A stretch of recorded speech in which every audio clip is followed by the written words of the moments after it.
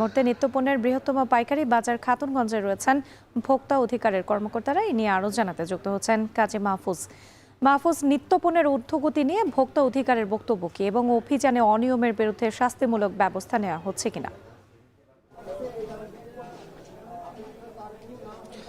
রাত্রি রোজা আসলে ভোগ্যপণ্যের দাম বেড়ে যাওয়ার যে সংস্কৃতি আমাদের দেশে চালু হয়েছে সেখান থেকে বোধহয় আমরা এখনও বের হতে পারিনি, যার দৃশ্য আমরা এই চট্টগ্রামের ভোগ্যপণ্যের বৃহত্তম পাইকারি বাজার খাতুনগঞ্জে এসে দেখেছি। গতকালকেও কিন্তু আমরা এখানে লাইভ করেছিলাম, দর্শকদের দেখানোর চেষ্টা করেছিলাম রমজানের এক সপ্তাহের ব্যবধানে দ্রব্যমূল্যের দাম কী পরিমাণ বেড়েছে। আজকে একদিনের ব্যবধানে সেই দাম গতকালের চেয়ে দ্বিগুণ হয়েছে। এরই প্রেক্ষিতে আমরা দেখতে পাচ্ছি ভোক্তা অধিকার তারা অভিযানে নেমেছে এই ভোগ্যপণ্যের বাজারে। তারা প্রথমেই ডাল জাতীয় পণ্যের দোকানে মূলত তদারকি কার্যক্রম শুরু করেছে। আপনি জানেন যে রমজানের সময় ছোলা সহ ডাল জাতীয় পণ্যের চাহিদা বেড়ে যায়, সেই অনুযায়ী মূলত এখানে যারা পাইকার রয়েছেন, আমদানিকারক রয়েছেন, তারা আমদানি করেছেন। কিন্তু হঠাৎ করে সপ্তাহ ব্যবধানে দাম বেড়ে যাওয়া অস্বাভাবিকভাবে সেটি মূলত তদারকি করছেন এখানকার ভোক্তা অধিকারের কর্মকর্তারা। আমরা দেখতে পাচ্ছি এই মুহূর্তে তারা মসুর ডাল থেকে শুরু করে খেসারি এবং চনার ডালের দর দাম একই সাথে মূল্য তালিকা সেটি যথাযথভাবে রয়েছে কিনা, ক্রয় মূল্যের সাথে বিক্রয় মূল্যের ব্যবধানটা কতটুকু, সেগুলো যেমন তদারকি করছেন। পাশাপাশি আমরা দেখতে পাচ্ছি তারা এখানে এক ধরনের অনিয়ম পেয়েছেন, সেটি হলো খেসারি ডালের সাথে রং মেশানোর যে বিষয়টি, রং মিশিয়ে এক ধরনের কালার তৈরি করা হয়েছে, তারা সেটি পরীক্ষা নিরীক্ষা করছেন। আমরা দেখতে পাচ্ছি এই মুহূর্তে খেসারি ডালের পানির মধ্যে রেখে মূলত পরীক্ষাটা করছেন। আমরা দেখতে পাচ্ছি সেখানে এক ধরনের হলুদ আকার ধারণ করেছে এবং ভোক্তা অধিকারের যারা কর্মকর্তা আছেন তারা সেটি নিশ্চিত হয়েছেন যে এখানে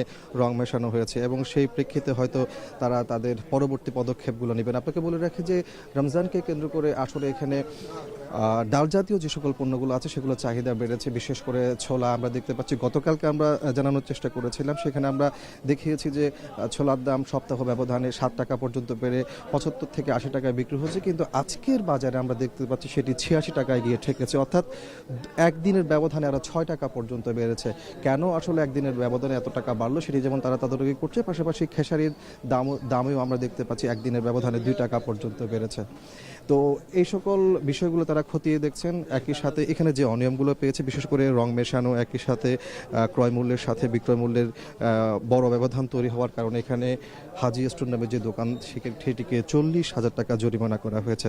আপনাকে বলে রাখি যে এই ডাল জাতীয় পণ্যের পাশাপাশি কিন্তু চট্টগ্রামের এই ভোগ্যপণ্যের বাজারে পেঁয়াজের দরদামও কিন্তু একদিন 2 দিনের ব্যবধানে বড় একটি পরিবর্তন আমরা লক্ষ্য করেছি। গতকালকে দেশি পেঁয়াজ যেখানে বিক্রি হয়েছিল কেজি প্রতি 45 থেকে 55 টাকায়, সে পেঁয়াজ আজকের বাজারে আমরা দেখতে পাচ্ছি 62 টাকা 63 টাকায় গিয়ে ঠেকেছে। অর্থাৎ একদিনের ব্যবধানে এখানেও কিন্তু 8 টাকা পর্যন্ত কেজিতে দাম বেড়েছে। আসলে এভাবে অস্বাভাবিক দাম বাড়ার কারণগুলো তারা খতিয়ে দেখার চেষ্টা করছেন ভোক্তা অধিকারের কর্মকর্তারা। তারা আমাদেরকে জানিয়েছেন আজকে দিন কয়েক ঘন্টা ব্যাপী এখানে অভিযান তারা পরিচালনা করবেন। যেহেতু এখানে এই মুহূর্তে ডাল জাতীয় পণ্যের দোকানে অভিযান পরিচালনা করা হচ্ছে, পাশাপাশি মশলার বাজার, একই সাথে পেঁয়াজ, রসুন, আদা সে সকল জায়গাতেও তারা অভিযান পরিচালনা করবেন এবং খতিয়ে দেখবেন ক্রয় মূল্যের সাথে বিক্রয় মূল্যের কতটুকু সামঞ্জস্য রয়েছে, পাশাপাশি সরবরাহ ব্যবস্থাতে কোনো ধরনের কৃত্রিম সংকট তৈরি করা হচ্ছে কিনা সেগুলো তারা খতিয়ে দেখবেন। রাত্রে নিত্যপণ্যের বাজার তদারকিতে নেমেছে ভোক্তা অধিকার। এ নিয়ে বিস্তারিত জানাতে আমাদের সঙ্গে যুক্ত ছিলেন কাজী মাহফুজ।